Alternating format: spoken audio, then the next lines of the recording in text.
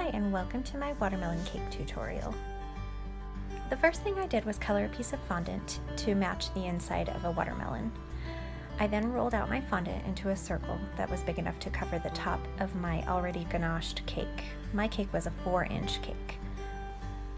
I then wet the top of my cake with some water and placed the fondant over the top, smoothing it to make sure there were no air bubbles underneath. Next, I picked up the cake with my hand, placed a piece of wax paper over the top, then placed the cake board over the top and flipped the cake upside down. I then took a very sharp knife and cut flush with the edge of the cake all the way around, very carefully. You've probably seen me do this before, and the reason I'm choosing to do this part before covering the sides of the cake is so that my seam will be on the top. You'll see what I mean in just a few minutes. Next, I flip the cake back over. Now I'm measuring the height and the circumference of my cake. I'm now going to roll out a long strip of white fondant to wrap all the way around my cake.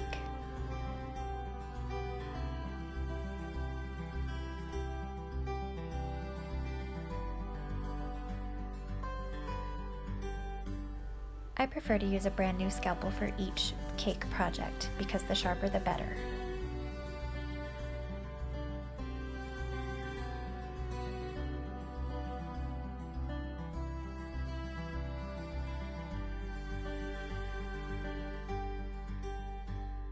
Sprinkle some powdered sugar on your strip of fondant and then roll it onto a rolling pin.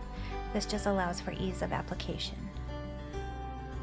Wet the sides of the cake with some water and then wrap the strip of fondant all the way around the cake, smoothing it as you go.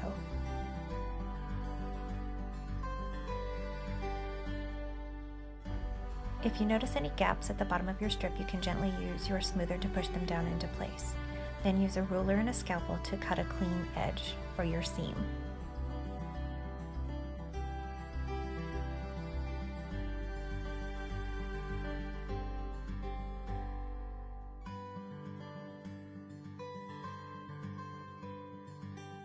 Use a sharp razor blade to cut off the excess on the top.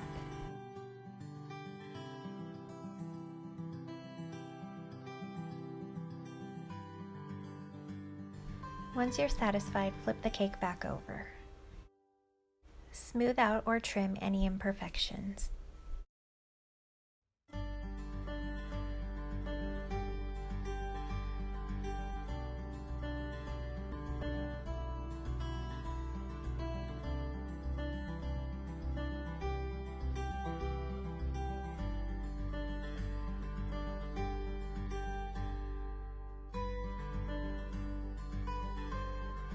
Here you can see why I wanted my seam to be on the top.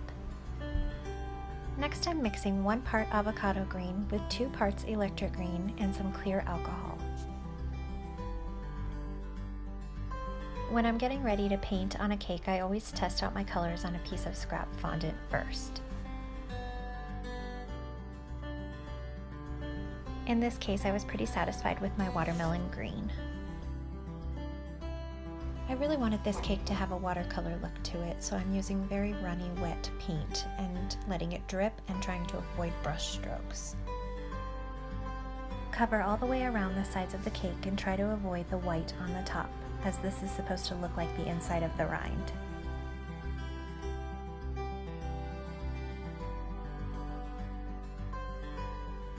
Next, I've put on a rubber glove and I'm using the exact same paint. It's become a bit more concentrated as the alcohol has evaporated just a bit. I'm placing spots all over the cake in a very random pattern as I picture a watermelon to be. The rubber glove helps to prevent fingerprints.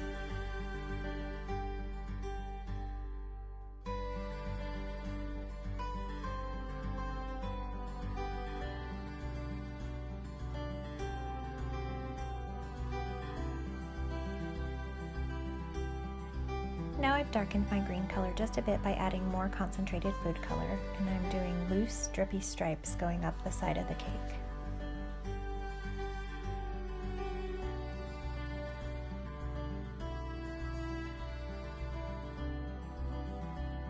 I'll use the same paintbrush to blot the lines a bit and make them a little more blurry.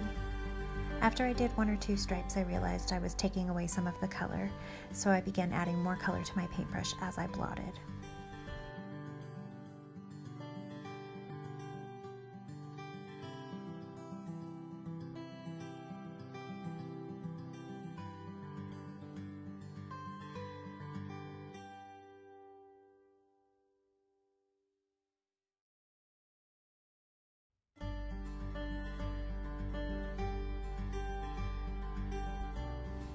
After I had made one round around the cake, I went back around and retouched the stripes and perfected them just a bit.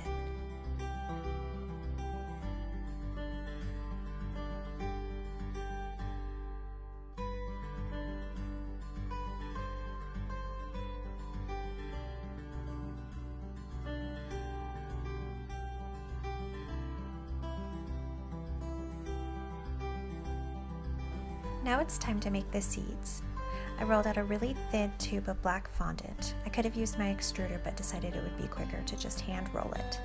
Then I cut out tiny pieces about the size I wanted my seeds to be. Using one finger, I rolled them into a ball in the palm of my hand and then started rolling back and forth on one end to create sort of a cone. I then pressed it flat to create a seed look.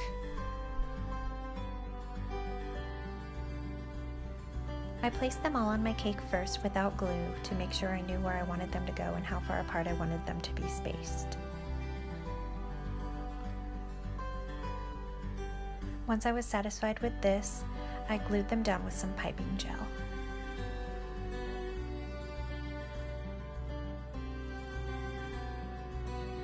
I hope you enjoyed this watermelon cake tutorial. Please support my channel by subscribing and leave me a comment or a thumbs up.